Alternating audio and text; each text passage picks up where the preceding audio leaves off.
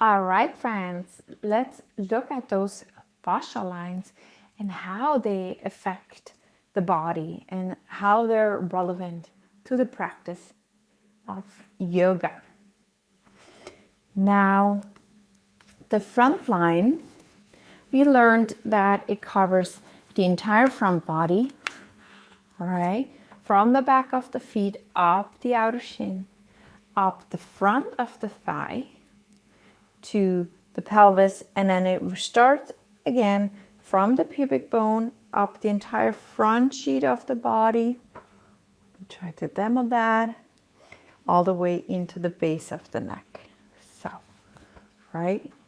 So covering the entire front part of the body, it's also known as the protector because when it contracts, right, it pulls my head into a forward shift, it rounds my upper back and therefore makes a protective position.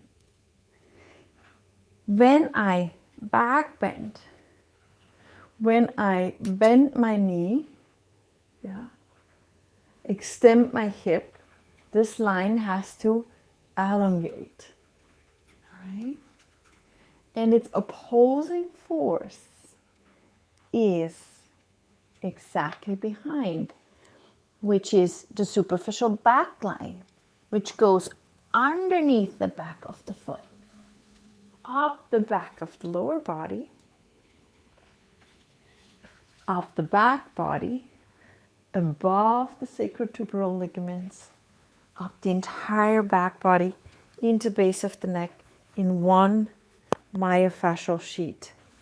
Now, we just said here the front body is opening and now the back body is contracting.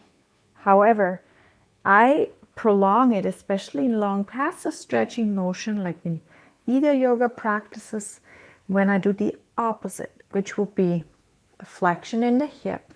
Okay, for example, a forward fold. And if that part is even loose, I can even extend the back of the neck. Okay, so sometimes in forward fold of this like erector line, okay, we feel a limitation. And the limitation is not always here, the hamstring, but it could be at the sole of the feet. And oftentimes, or the back or the spine, and oftentimes it actually is here in the suboccipitals, right?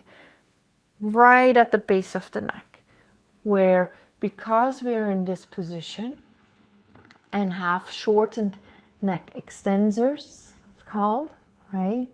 It will limit us in this fascial connection in the forward fold.